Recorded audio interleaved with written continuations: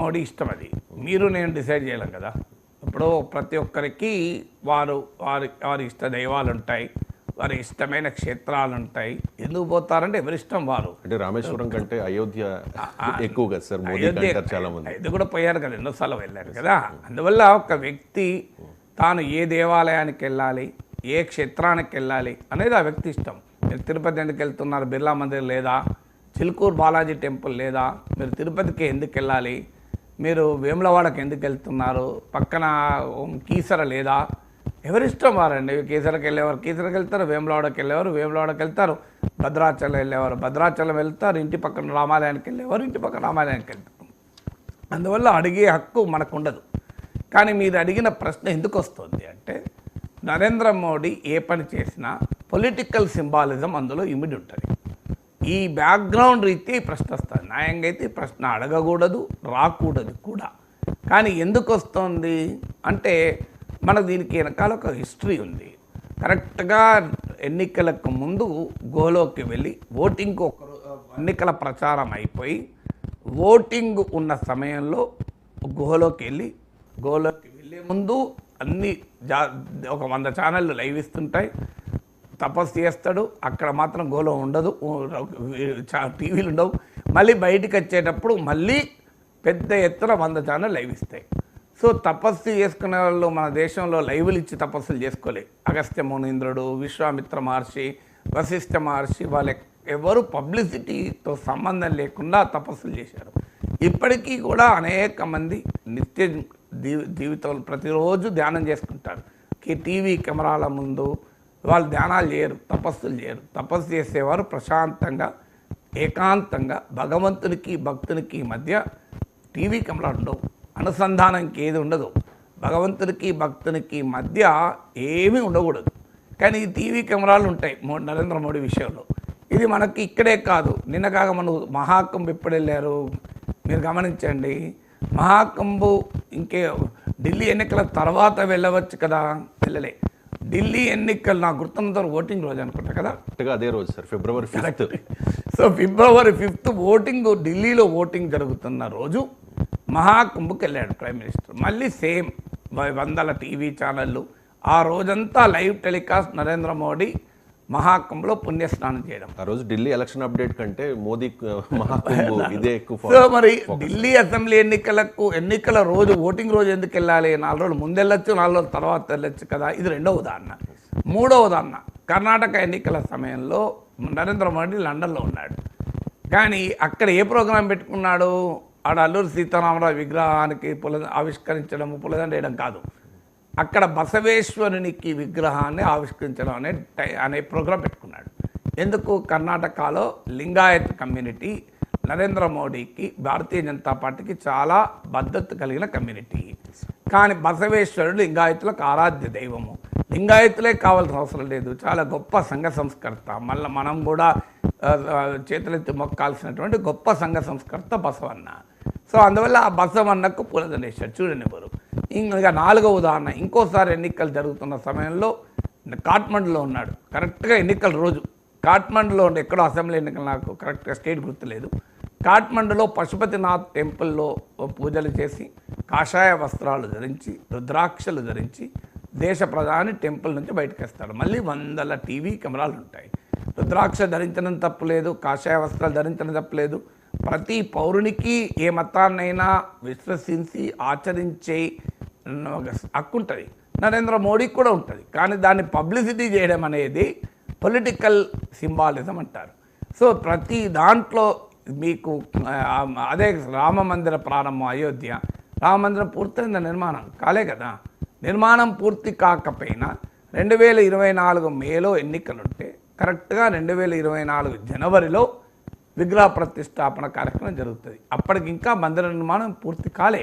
అందుకే కొంతమంది శంకరాచార్యులు ఇది ఆగమ శాస్త్రాలకు విరుద్ధము అని వారు పోలే. కానీ ఆగమ శాస్త్రాలతో మాకేం పని, మాకు రాజనీతి శాస్త్రం ముఖ్యం, మాకు రాజనీతి శాస్త్రమే పవిత్రమైన గ్రంథం, మాకు ఆగమ శాస్త్రాలతో మాకేం పని అని చెప్పి నరేంద్ర మోడీ, యోగి ఆదిత్యనాథ్, మీకు గుజరాత్, తమిళనాడు, అసలు ఉత్తరప్రదేశ్ గవర్నర్, గుజరాత్ మాజీ ముఖ్యమంత్రి, వీళ్ళందరూ పూజలు చేశారు. పూజలు ఎవరన్నా పూజలు చేశారా? మీరు గమనించారు. ఆర్ఎస్ఎస్ అధినేత మోహన్ భగవత్ గారు ఆ రోజు రామాలయ గర్భగుడిలో ఉన్నది ఎవరు? ఉన్న వాళ్ళంతా రాజకీయ నాయకులు, ఒక్కరిద్దరు మినహా అందరు రాజకీయ నాయకులే. నిజంగానే స్వామి చిన్నజీయర్ స్వామో లేదా మరొక వైష్ణవ ఆచార్యులు, శంకరాచార్యులు, సో గొప్ప రామభక్తులు ఆ రామగుడిలో గర్భగుడిలో పూజలు చేసి విగ్రహాన్ని ప్రతిష్టాపించి మిగతా వాళ్ళందరూ ఆ బయట కుర్చీలలో కూర్చొని దాన్ని చూస్తే పెద్ద తప్పేం లేదు.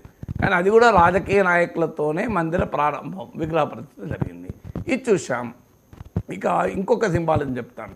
సెంగోల్, ఇది చోళుల వంశ ఆచారం ఏంటంటే, ఆనాడు రాజ్యాంగం లేదు కనుక ఆనాడు రాజులను ధర్మ నిరతిలో ఉంచటానికి, రాజుల్ని నీతివంతంగా పాలించేలా చేయడానికి వారికి ఒక సింబాలిజం అవసరం వచ్చింది. ఎందుకంటే మనిషిని ఒక పద్ధతిలో ఉంచాలి కదా. సో పద్ధతిలో ఉంచాలి కనుక ఆ రోజుల్లో చోళుల కాలంలో ఒక రాజదండం అనేది సెంగోల్ అని ఇచ్చేవాళ్ళు. సో ఒక పట్టాభిషేకం కావడంతోనే ఇంకో సెంగోల్ అనే దండం రాజదండం చేతిలో పెట్టి దీని ప్రకారము నీవు ధర్మబద్ధంగా పాలించాలి అని. ఎందుకంటే ఆ రోజుల్లో రాజ్యాంగం లేదు కదా. ఈరోజు సెంగోల్ అవసరం ఏముంటుంది? ఈరోజు పవిత్ర రాజ్యాంగం ఉంది కదా. అన్నిటికన్నా ఏ సెంగోల్ కన్నా ఏ దానికన్నా పవిత్రమైంది కదా. ఇప్పుడు హిందువులకు పవిత్రమైనది భగవద్గీత, ముస్లింలకు పవిత్రమైనది ఖురాన్, క్రైస్తవులకు పవిత్రమైనది బైబిల్, సిక్కులకు పవిత్రమైనది గురు గ్రంథ్ సాహెబ్. కానీ భారతీయులందరికీ పవిత్రమైనది రాజ్యాంగమే కదా. అలాంటి రాజ్యాంగం ఉండాల్సిన పార్లమెంట్లో సెంగోల్ తీసుకెళ్ళి పెట్టారు.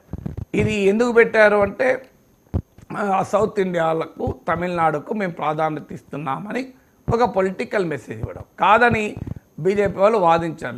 లేదు తమిళ సంస్కృతికి, భారతీయత సంస్కృతికి విలువ ఇచ్చారని ఆ రోజు వాదించారు. కానీ ఏం జరిగింది? తర్వాత ఎలక్షన్ల తమిళనాడు ఎలక్షన్స్కు వెళ్ళి అమిత్ షా ఏమన్నాడు? మేము సెంగోల్ పార్లమెంట్లో పెట్టినందుకు మాకు ఎంపీ సీట్లు ఇవ్వండి అని అడిగారు. మరి రాజకీయం కాదా ఇది? ఈ మాట నేను అన్నప్పుడు నాకు కింద ట్రోలింగ్ నా పైన. అన్నింటినీ మీరు రాజకీయాలు చూస్తారు. తమిళం పట్ల, తమిళ సంస్కృతి పట్ల గౌరవం ఇది అన్నారు. ఎక్కడ గౌరవం? మరి నువ్వు గౌరవం అంటే అక్కడ ఆగాలి. సెంగోల్ ఇచ్చి తర్వాత ఏమన్నారు? తర్వాత వెళ్ళి మీకు సెంగోల్ ఇచ్చిన ఓట్లేయండి అన్నాడు. సో సెంగోల్ ఓట్ల కొరకే పెట్టాడని క్లియర్గా అర్థమైంది కదా. తర్వాత కాశీ తమిళ సంఘం అని పెట్టారు. ఇప్పుడు తమిళనాడు ప్రజలు ఏమంటున్నారు? అయ్యా మాకు నీట్ నుంచి ఎగ్జామ్షన్ ఇవ్వండి అంటే అది ఇవ్వం, కానీ కాశీ తమిళ సంఘం పెడతామంటున్నారు. అయ్యా మాకు త్రిభాషా సూత్రం నుంచి విముక్తి కల్పించండి, లేదు మీకు కావాలంటే సెంగోల్ పెడతామంటున్నారు. అయ్యా మాకు 39 లోక్సభ సీట్లు ఉన్నాయి, ఇది 543 సీట్లు అలాగే ఉండి తాజా జనాభా లెక్కల ప్రకారం డీలిమిటేషన్ చేస్తే మాకు 8 సీట్లకు పడిపోతుంది మా పరిస్థితి. మీకు 11 సీట్లు యూపీలో పెరుగుతుంది, బీహార్లో 10 పెరుగుతాయి, మా తమిళనాడులో 8 తగ్గుతాయి. అన్యాయం అంటే ఎందుకు? మీకు నరేంద్ర మోడీ రామేశ్వరం వస్తున్నాడు కదా, ఆనందపడండి అంటున్నారు. ఇవాళ ఎందుకు రామేశ్వరం వస్తున్నారు అంటే ఈ డీలిమిటేషన్ 3 లాంగ్వేజ్ ఫార్ములాలో తమిళ సెంటిమెంట్ సీరియస్గా ఒక డెమోక్రటిక్ లెజిటిమేట్ సెంటిమెంట్ రైజ్ అయి ఉంది కనుక దాన్ని ఒక ఎమోషనల్ అంశంతో మీకు సీట్లు తగ్గితే మీకేంది, మేము సెంగోలు పెట్టాము చూడండి, నరేంద్ర మోడీ రామేశ్వరం వెళ్ళి పూజలు చేస్తున్నాడు, సరిపోతాయి కదా, సీట్ల గురించి ఎవరు ఎందుకు అడుగుతున్నారు మీ అనేటువంటి ఒక పొలిటికల్ మెసేజ్ అందులో ఉందేమో అని అనుమానం. లేకపోతే నరేంద్ర మోడీ రామేశ్వరంతో మనం ఎందుకు అభ్యంతరం చెప్పాలి? ఆయన ఇష్టం కదా. ఇప్పుడు 2024 ఎన్నికలకు ముందు జనవరిలో రామమందిర విగ్రహ ప్రతిష్టాపన పెట్టడమే కాదు, మీరు గమనించండి, ఆ రోజు తీర్థాల నుంచి తీర్థము సేకరించాడు. ఎక్కడికి వెళ్ళారు? మొత్తం సౌత్ ఇండియాని వెళ్ళాడు. మీరు గమనించండి, ఆంధ్రప్రదేశ్ కూడా వచ్చారు. సో మొత్తం సౌత్ ఇండియాని, వేరే చోటుకి పోలే. ధనుష్కోడి అన్ని సౌత్ ఇండియా. ఎందుకు వెళ్ళారు? సౌత్లో బీజేపీకి సీట్లు లేవు. బీజేపీకి 129 సీట్లుంటే బీజేపీకి ఉండే సీట్లు చాలా తక్కువ. అందుకే మీరు గమనించండి, రామ మందిరమేమో నార్త్ ఇండియాలో, నరేంద్ర మోడీ సొంతగా స్వయంగా వెళ్ళి ఆ తీర్థాలు సేకరించాడు. ప్రైమ్ మినిస్టర్ సేకరించాల్సింది ఆధ్యాత్మికవేత్తలు కదా. ఒక వైష్ణవ ఆచార్యుల బృందం వెళ్ళి సేకరిస్తే సంతోషం కదా. ఎందుకంటే వారు జీవితమంతా ఆ వైష్ణవానికి అంకితమయ్యారు, హైందవానికి అంకితమయ్యారు కదా.